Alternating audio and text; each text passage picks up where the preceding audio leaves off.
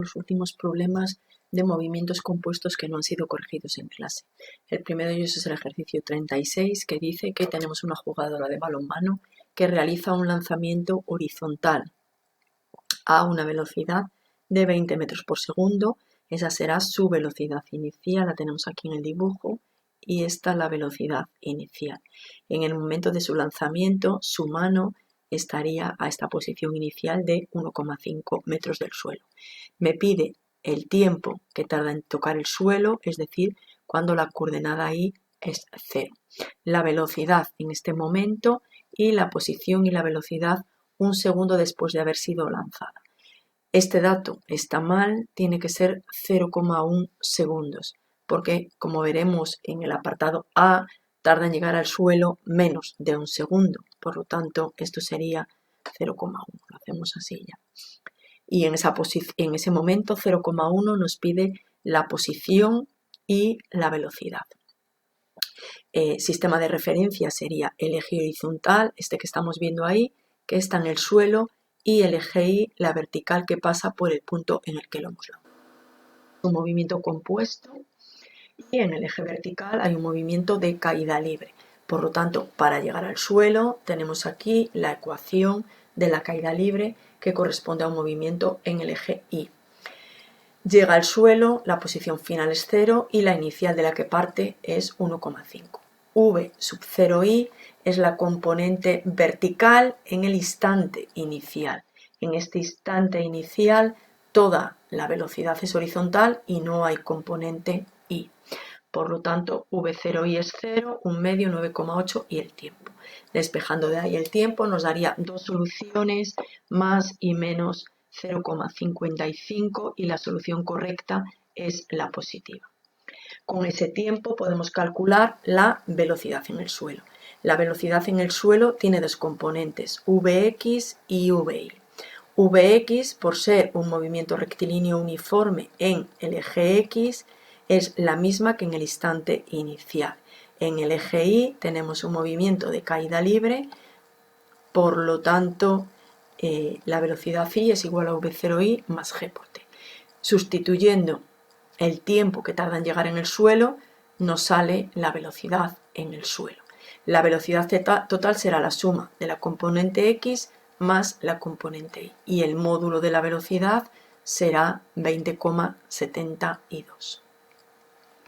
A continuación nos pedía dos cosas cuando el tiempo es 0,1 segundos. Aquí tenemos en la primera parte las posiciones y después veremos las velocidades. Las posiciones tienen dos coordenadas, coordenada X y coordenada Y.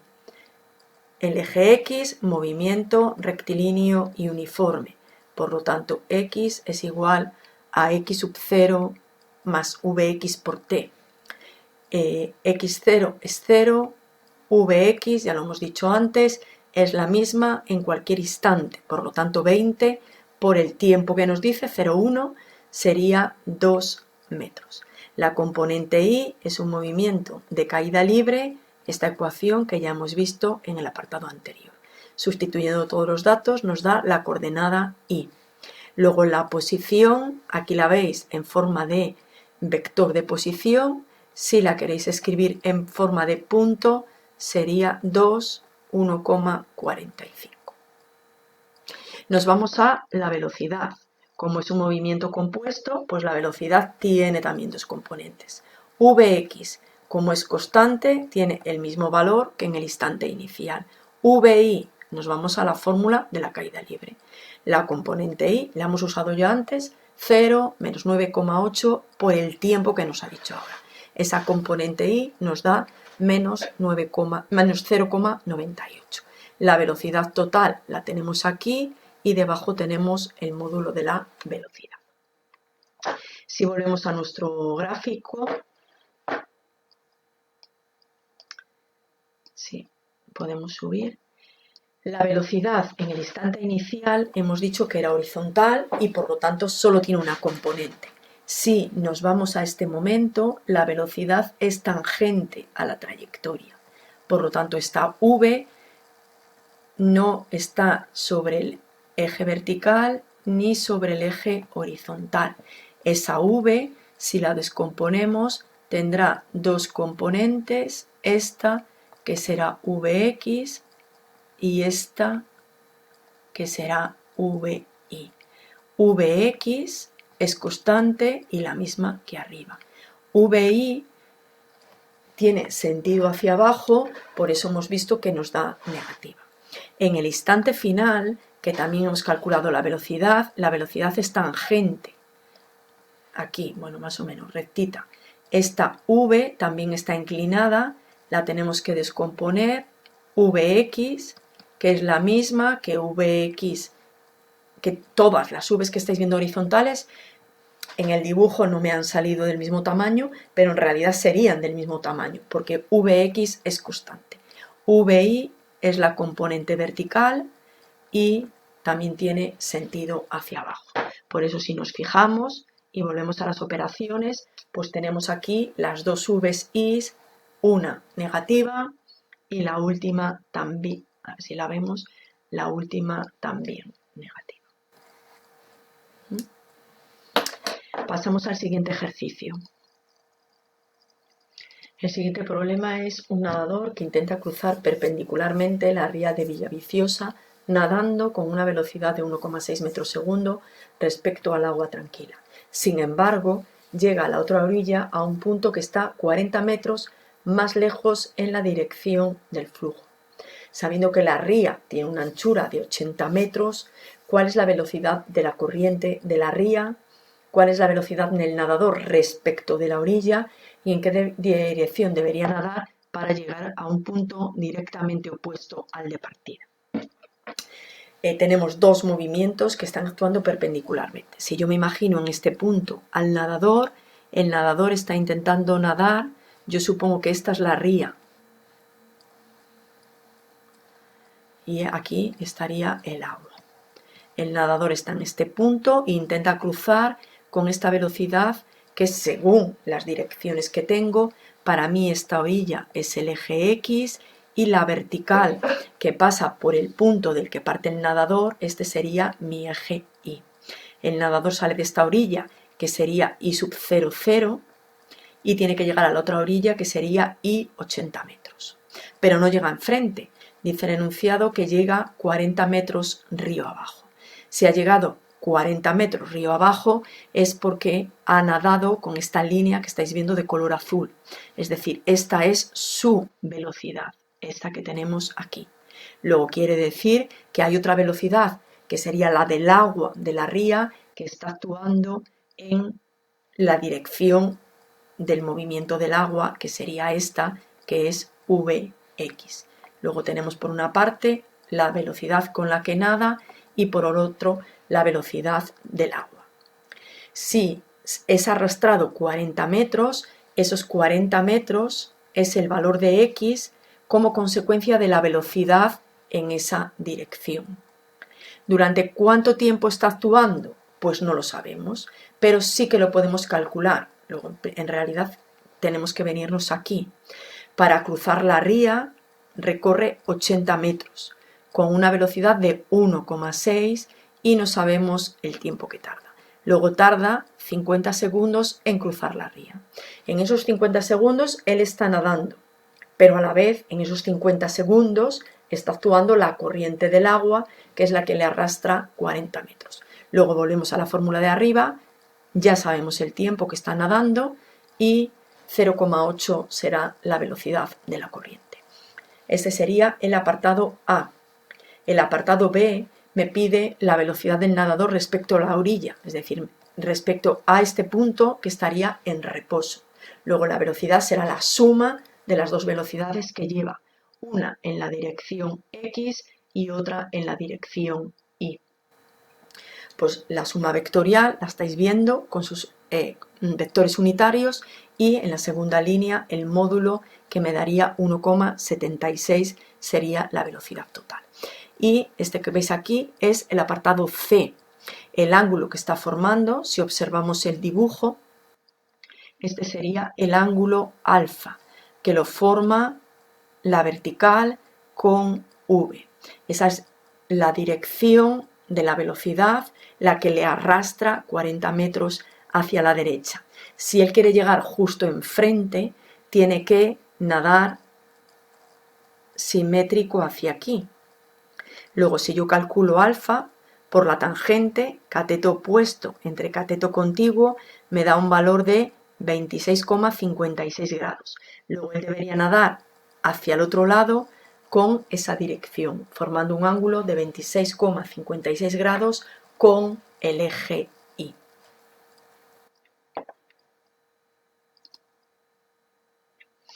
El ejercicio 40 dice: un coche teledirigido avanza a 20 metros por segundo hacia un desnivel que tiene 1 metro de altura.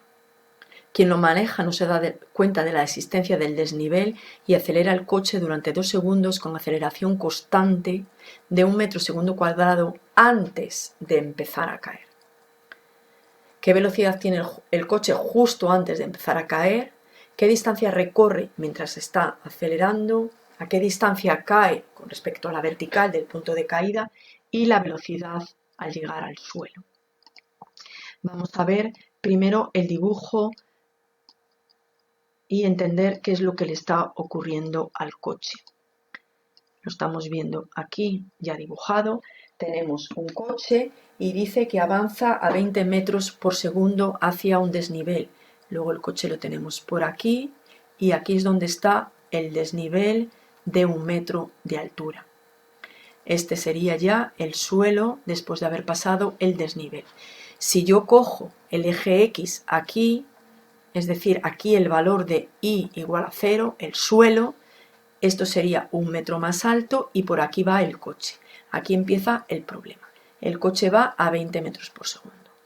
Quien lo maneja dice que no se ha dado cuenta de la existencia del desnivel y acelera el coche durante 2 segundos con una aceleración de 1 metro segundo cuadrado. Me pide la velocidad con la que tiene el coche justo antes de empezar a caer, es decir, cuando llega aquí, justo donde va a empezar el desnivel. Hasta ahí, desde el principio, es un movimiento rectilíneo uniformemente acelerado. Por lo tanto, si yo quiero calcular la velocidad, tengo la inicial, tengo la aceleración y el tiempo, pues el apartado A simplemente sería poner la ecuación del movimiento rectilíneo uniformemente acelerado y calcular la velocidad que tiene justo al llegar al desnivel. ¿Qué espacio ha recorrido en este tramo? Pues sigo con el movimiento rectilíneo uniformemente acelerado, S igual a V por T más 1 medio por A I por T al cuadrado. Si sustituimos los datos que tenemos, pues lo estamos viendo aquí, que los datos son la velocidad inicial es 20, porque estamos en el movimiento rectilíneo uniforme, por lo tanto empezó con 20. Durante 2 segundos, 1 medio, la aceleración 1 y el tiempo 2 al cuadrado. Y haciendo las operaciones nos da 42 metros, recorre en ese tramo de movimiento rectilíneo uniformemente acelerado. Y este sería el apartado B. ¿Qué ocurre ahora? Pues lo que ocurre ahora es que el coche ya ha llegado al desnivel. Luego cambiamos de movimiento y el coche, cuando llega aquí, sale despedido con un lanzamiento horizontal, con un movimiento horizontal a una velocidad de 22 metros por segundo. Pero aquí aparece un movimiento que actúa verticalmente, que sería el de movimiento de caída libre. Luego vamos a tener por un lado en el eje X un movimiento rectilíneo uniforme con una velocidad constante 22 metros por segundo, pero simultáneamente actúa el movimiento de caída libre. Luego en esta segunda parte tenemos un lanzamiento horizontal. Lo que me pide en el apartado C es cuando llega al suelo, a qué distancia llega y con qué velocidad llega. Si yo he cogido aquí el valor 0 metros, pues para mí este es el suelo. Hay otra posibilidad y es coger el valor 0 aquí arriba y entonces aquí tendríais que poner menos 1. Cogiendo la referencia el suelo de la primera parte, digamos. Yo lo he cogido así para no tener que poner ese valor negativo. Por lo tanto, las operaciones que vais a ver a continuación serían con ese sistema de referencia.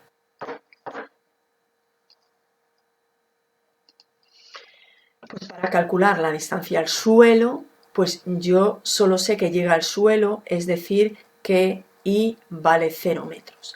Yo lo que quiero calcular es x, pero me falta el dato del tiempo. Por lo tanto, me voy primero a la ecuación de y, llega al suelo, empieza a caer desde 1 metro, v0i es 0 porque es un lanzamiento horizontal, por lo tanto no tiene componente vertical, y lo que no sé es el tiempo. Despejando de ahí el tiempo me daría más o menos 0,45 segundos y me quedo con el valor positivo porque el tiempo no tiene sentido físico en negativo.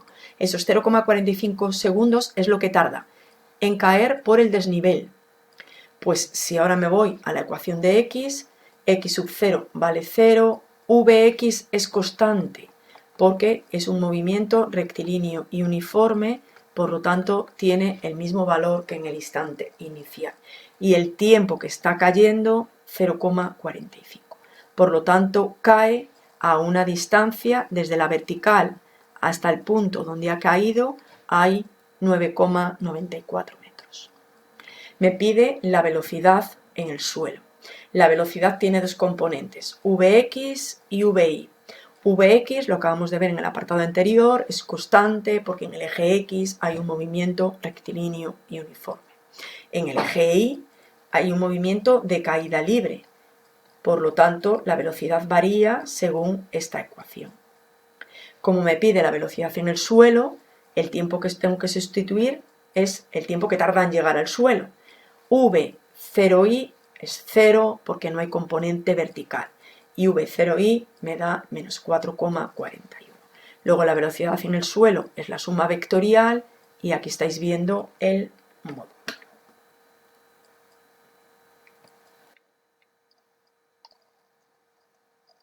El problema 41 dice, en unos ejercicios de tiro con arco, una flecha sale disparada con una velocidad de 50 metros por segundo con un ángulo de 14 grados con la horizontal y a una altura de 1,5 metros del suelo. ¿A qué altura debería estar el centro de una diana situado a 100 metros de distancia para que la flecha impacte en él? ¿Qué velocidad tiene la flecha en el punto más alto de su trayectoria al impactar con la diana?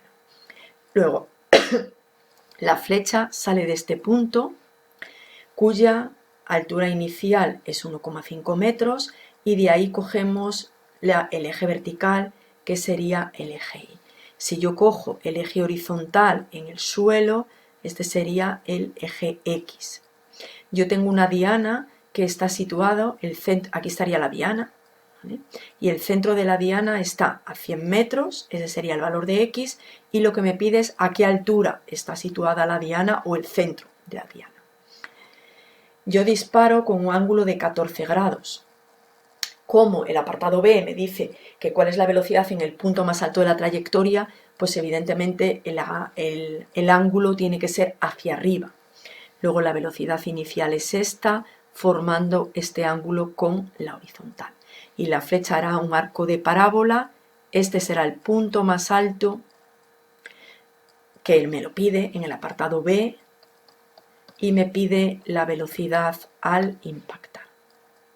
Pues todo eso es lo que tenemos que calcular. Es un tiro oblicuo, tengo la velocidad inicial, la conozco, de 50 metros por segundo. Como es una velocidad cuya dirección no coincide con ninguno de los ejes, pues tengo que empezar obteniendo los valores iniciales o componentes de la velocidad. Como este es el ángulo de 14, pues el seno de 14 es el cateto opuesto. Por lo tanto, aquí ya está despejado, seno de 14 es igual a cateto opuesto, v sub 0x, partido la hipotenusa del triángulo. El triángulo que tenéis que considerar es este que voy a rayar ahora de amarillo, que es el que contiene el ángulo de 14. El coseno de 14 es el cateto contiguo. Bueno, a ver, esto es v0x partido v0 y este es v0i y lo he hecho al revés, ¿vale? que me leo. El coseno, cateto contiguo, el seno, cateto opuesto. Y aquí tenéis las dos componentes de la velocidad. Si yo quiero calcular a qué altura tiene que estar la diana, y lo que conozco es x, pues me iré a la ecuación de y y a la ecuación de x, a ver si a partir de ahí puedo calcular el valor que me falta. Aquí tenemos resuelta con los valores iniciales, pues yo ya me voy a la ecuación de x. En x, movimiento rectilíneo uniforme. Por eso la ecuación que estáis viendo ahí es la ecuación del movimiento rectilíneo uniforme. ¿A qué distancia está la diana? A 100. ¿Cuál? Vx, x0 vale 0 y Vx, la tenemos calculada en el paso anterior, es siempre igual a la velocidad inicial por ser un movimiento rectilíneo uniforme. Por lo tanto, Vx vale 48,51 y de ahí sacamos el tiempo que tarda en llegar a los 100 metros, que es donde está situado la diana. Me voy ahora a el eje Y, y en el eje Y el movimiento que tengo es de caída libre. Por eso estoy cambiando la ecuación. Esta que veis ahí es la ecuación de la posición para la caída libre. Y sería la altura de la diana. Y sub 0, la altura de la flecha en el instante inicial. V0i, pues la componente inicial de la velocidad, que la tenemos en el paso anterior, 12,1. Tiempo que tarda en llegar a la diana, la tenemos aquí, 2,06. Y aquí otra vez al cuadrado. Haciendo todas esas operaciones nos da 5,6 metros de altura, es donde tiene que estar situado el centro de la diana. Nos vamos a las otras dos preguntas que nos hace, que son dos velocidades. Nos pide la velocidad en el punto más alto.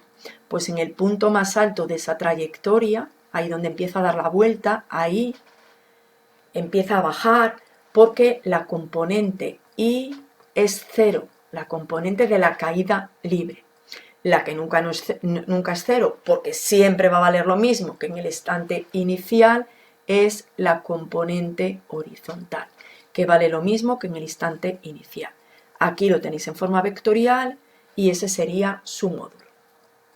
Al impactar con la diana tenemos dos componentes, Vx, que vale lo mismo que en el instante inicial. Vi es igual a V0i más g por t, ecuación de la caída libre. La componente inicial y el tiempo que tarda en llegar a la diana, porque es donde queremos calcular la velocidad. Y esa componente me da menos 8,09. Aquí tenéis la forma vectorial y aquí el módulo. Con esto finaliza los ejercicios de movimientos compuestos que están o que estaban sin corregir.